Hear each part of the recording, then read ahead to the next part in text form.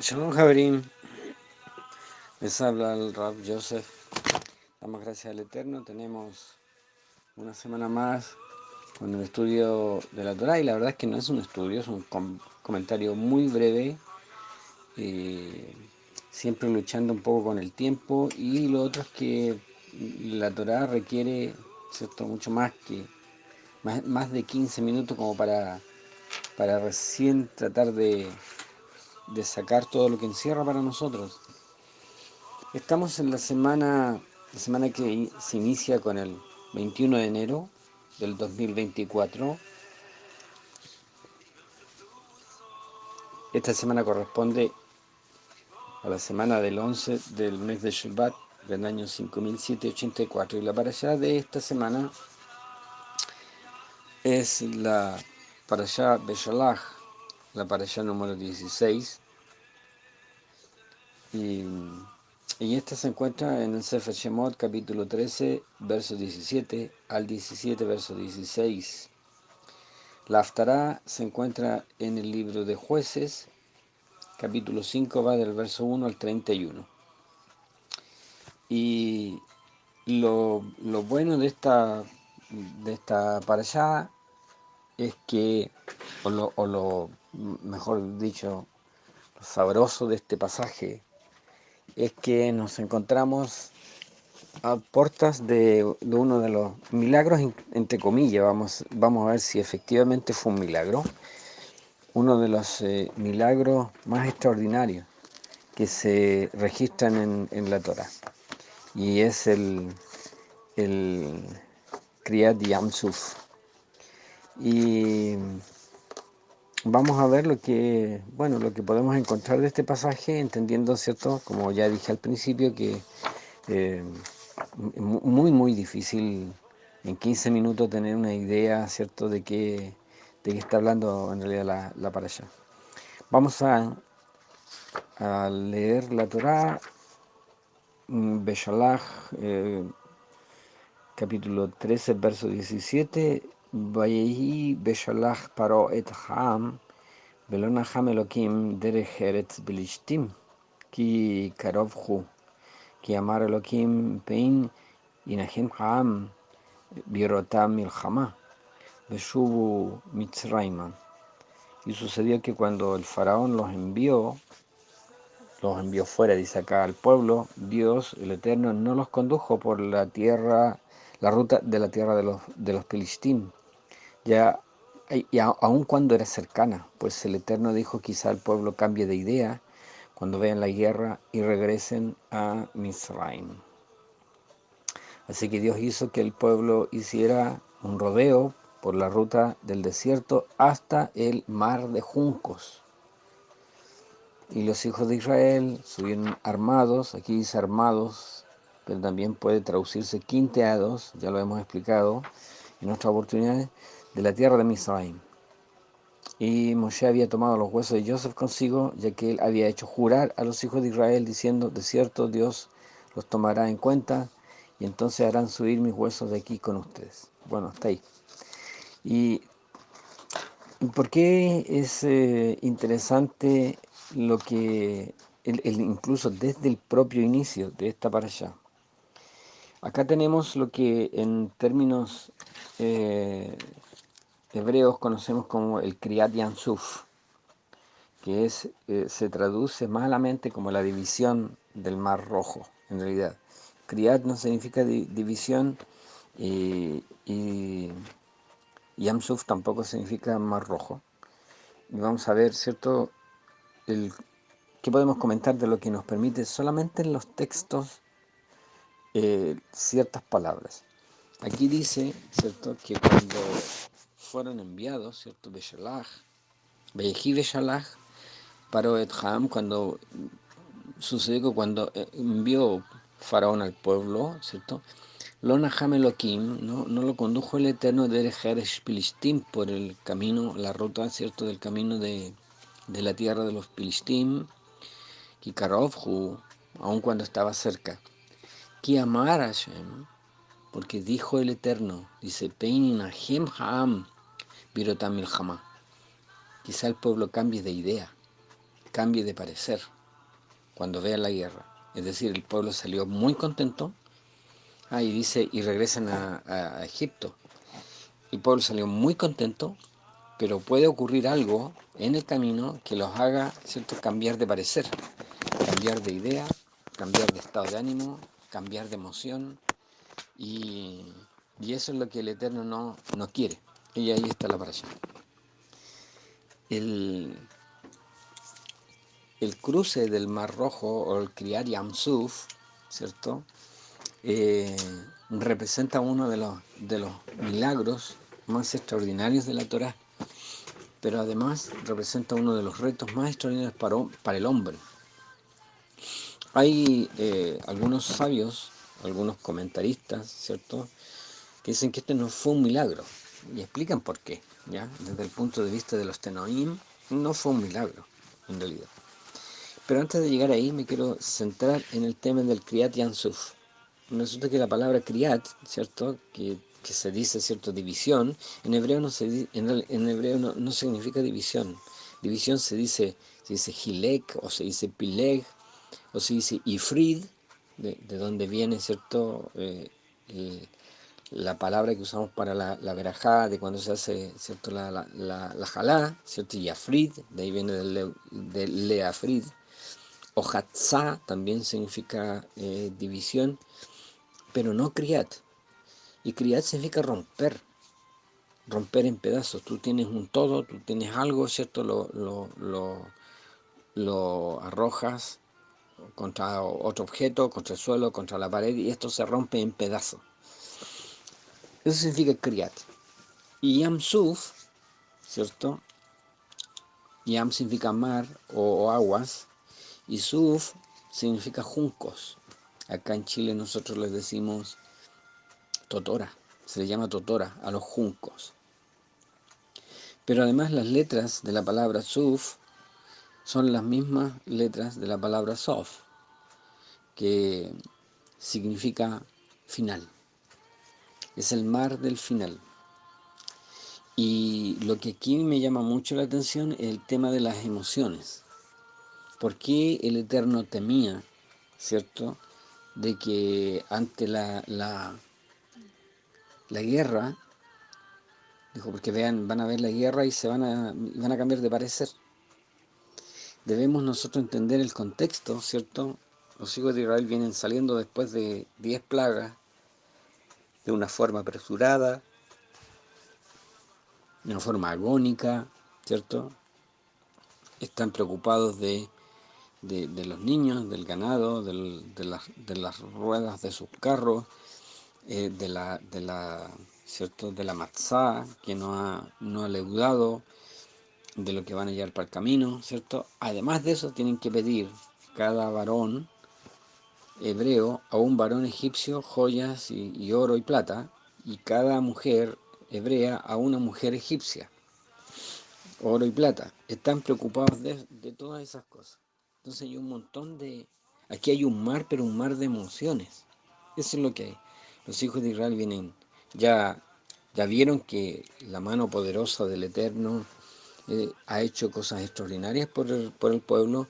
Entonces están contentos, están felices, qué sé yo, y todo eso, pero ahora se están enfrentando a un problema, y es que está frente a ellos el mar, y la verdad es que el nombre incluso del mar no sirve para la moral de nadie, no sube la moral a nadie. Imagínense ustedes preguntar ¿cómo se llama este mar? Este es el mar del fin, o el mar del final. Es como decir, aquí morimos todos, hasta aquí nomás llegamos en realidad, hasta aquí nomás llegamos. Y de un estado, ¿cierto?, de mucha efervescencia, pasa a un estado de desesperación. Y no solo eso, sino que considerar, esto es por parte del pueblo, hay que considerar, ¿cierto?, a los egipcios. Los egipcios están todos, ¿cierto?, con una carga de ira y de rabia, debido a que, ¿cierto?, cada una de las casas de los egipcios está lamentando la muerte de su primogénito. El mismo faraón, el propio faraón, está lamentando la muerte de su hijo. Entonces, se mezcla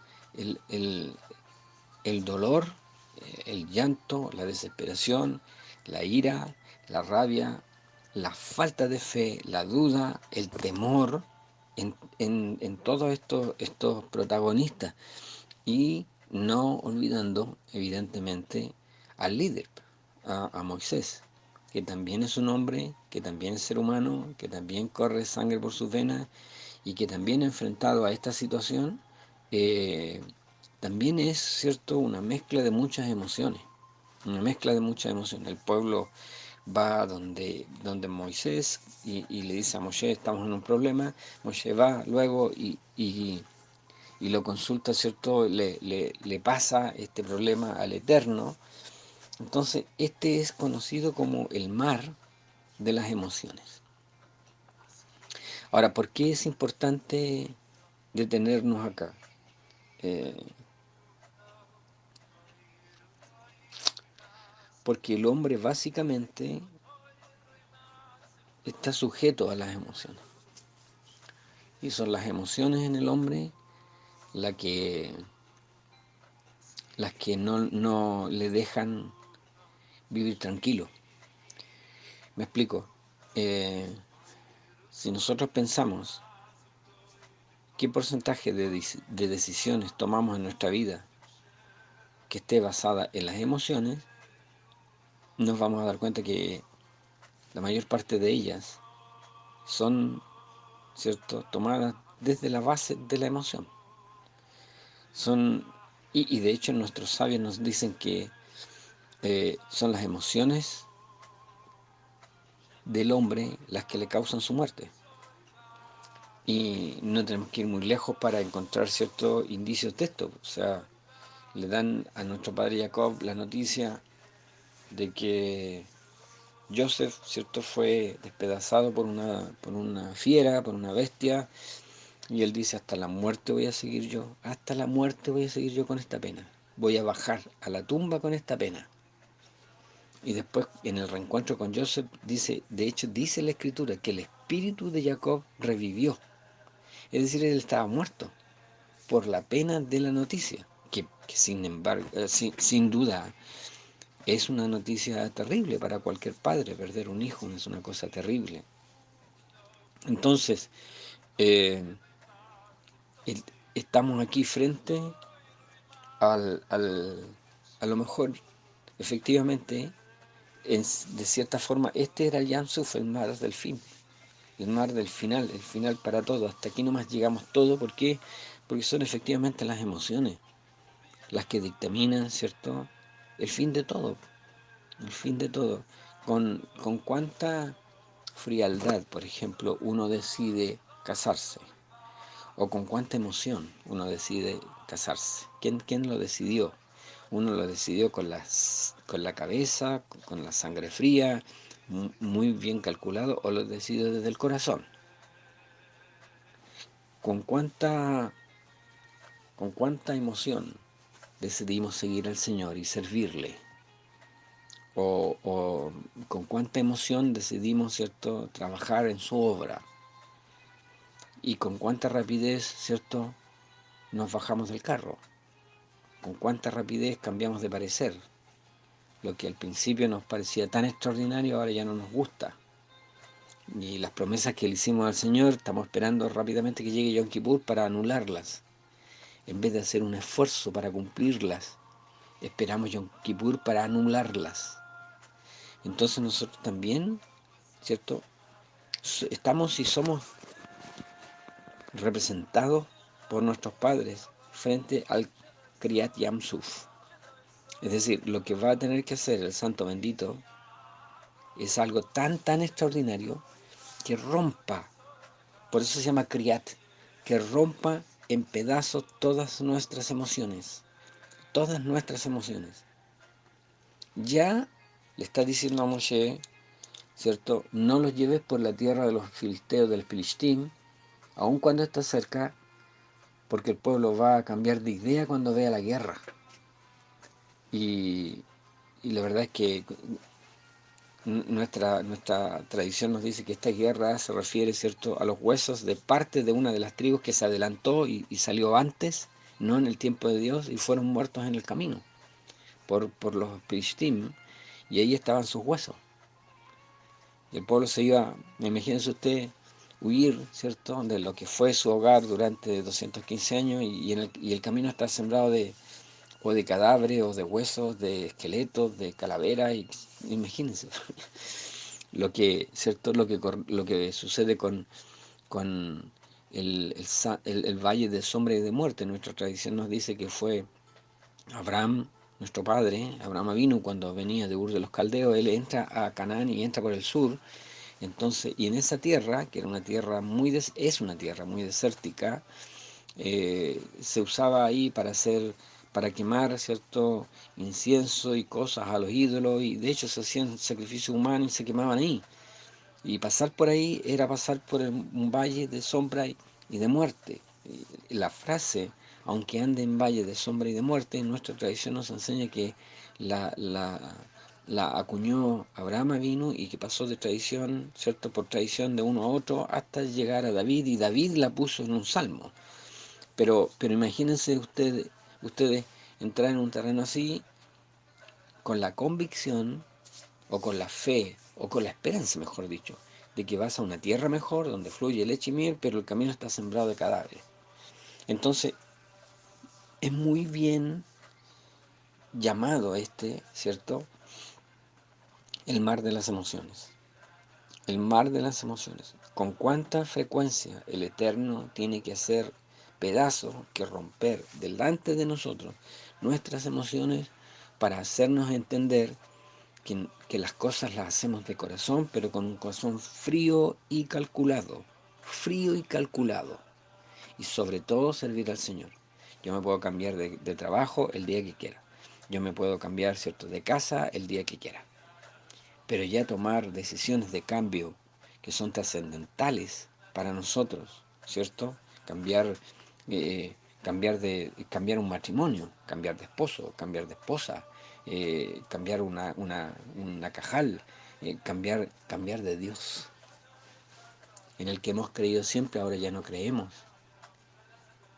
Entonces estamos viviendo nosotros, el pueblo del Señor, está viviendo en un mar de emociones. Todo es emoción, todo es emoción. Le servimos por emoción, y por eso nos desanimamos, y por eso se nos caen los brazos.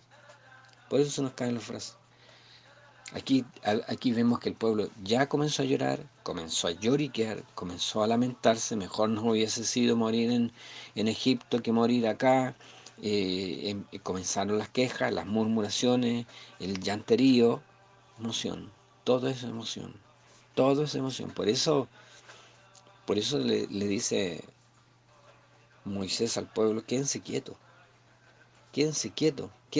en paz, dejen de nadar en un mar de emociones, quédense en paz.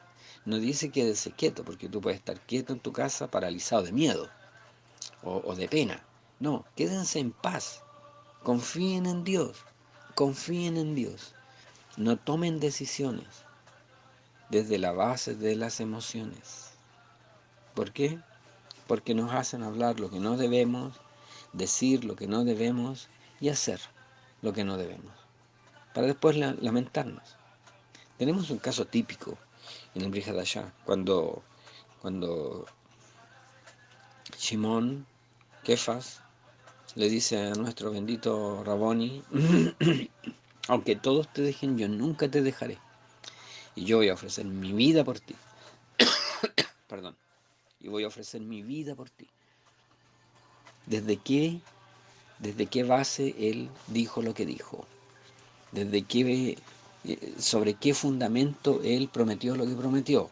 Aunque todos te dejen, yo no te voy a dejar. Y lo hizo a lo mejor de todo corazón, pero a veces fue su problema: mucho corazón y poca cabeza. Mucho corazón y poca cabeza. Y así es el pueblo. El pueblo se mueve, y por eso entra en la desesperación. El pueblo se mueve en un mar de emociones, en un mar de deseos. Hoy día quiere esto, mañana no. Hoy día anhela esto, mañana no. Cuando consigue algo se pone contenta, a los 2 o 3 días no le gusta y se pone a llorar.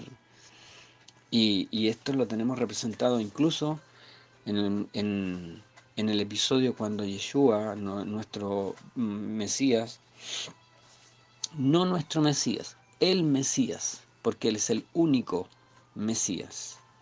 No decimos el Mesías Yeshua, no, el Mesías, porque hay un solo Mesías y ese es Yeshua, eso dice la Escritura. Entonces el episodio cuando Yeshua calma la tempestad. Y ahí tenemos a todos sus talmidim, ¿cierto?, que representan al pueblo, y todo el pueblo navega en medio de una tempestad y en medio de un mar. ¿Pero qué? ¿Era un mar de problemas? Era un mar de emociones. Era un mar de emociones. Y con esa misma emoción, Pedro le dice, a ver, si eres tú, si es el Raboni, haz que yo camine. Y viene el reto, ¿cierto? Y el desafío por parte de Yeshua. Bájate y camina. Bájate y camina. El bajarse de la barca y caminar sobre el mar de emociones es una lección para nosotros, de que debemos pisotear las emociones, debemos estar encima de ellas, y no que las olas de las emociones nos cubran y nos tapen, y nos hagan gritar, nos morimos, perecemos, perecemos, que fue exactamente lo que gritó el pueblo frente al Yam Suf. Ante un miedo y un pavor tan grande, Dios tuvo que hacer un milagro muy grande. Y por eso se llama Kriyat Yamsuf, porque Dios hizo tira, hizo trizas, rompió en pedazos este mar, rompió en pedazos las emociones. De hecho,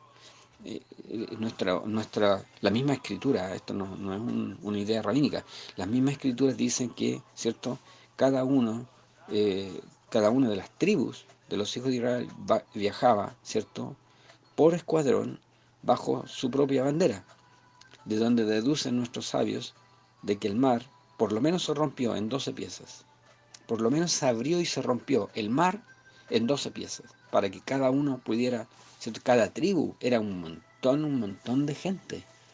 Se calcula casi 3 millones de personas cruzando un mar. ¿Cuánto te demoras? Entonces, eh, Dios tuvo que hacer eso. Y esto que nosotros estamos comentando ahora se aleja un poco de esta idea tan, ¿cierto?, tan de Hollywood, de que Moisés levanta la vara y en un acto casi reflejo el mar se abre en dos y pasan los hijos de Israel. Bueno, y de hecho el cruce, ¿cierto?, del Yam Suf nos revela, ¿cierto?, que todavía ellos viajaban en medio de un mar de emociones, porque ahora acababan de estar lloriqueando y lamentándose y murmurando, ahora están contentos. Cuando lleguen al otro lado del mar, Miriam va a tomar una pandera, una pandereta, perdón, una pandereta, un pandero, y la van a seguir todos, y este es mi padre. Claro, ahora este es mi padre y yo lo adoraré ahora que ya me solucionó el problema. Pero horas atrás yo había estado lloriqueando contra él y reclamando contra él. Entonces, ¿saben qué? Yo pienso que estamos viviendo en tiempos muy complicados y en tiempos muy peligrosos. Y, y las escrituras nos enseñan que debemos dejar, ¿cierto?, las emociones. Hay un tipo de grasa, cuando estudiamos los sacrificios, los korbanot, hay una grasa que es del Eterno. Y hay una grasa que no es del Eterno, que es mía, y esa la tengo que quemar. Y en el contexto de los sacrificios, de los korbanot, esa grasa que tengo que quemar y ponerla en el altar del Señor representa las emociones. Yo tengo que sacrificar las emociones para poder servir al Eterno, ¿cierto? Como Él merece, no como yo quiero, como se me da la gana, como Él merece. Debemos dejar este mar de emociones en el que nos movemos, en esta euforia que sube y baja, en estas promesas incumplidas, en estos juramentos no cumplidos, para, para que con un corazón, ¿cierto?, acrisolado, podamos servir como el Eterno nos está solicitando, dejando todas nuestras emociones de lado y comportándonos como varones y mujeres del Eterno. Que el Eterno nos bendiga, una buena semana, un gran abrazo, Shavuot Tov.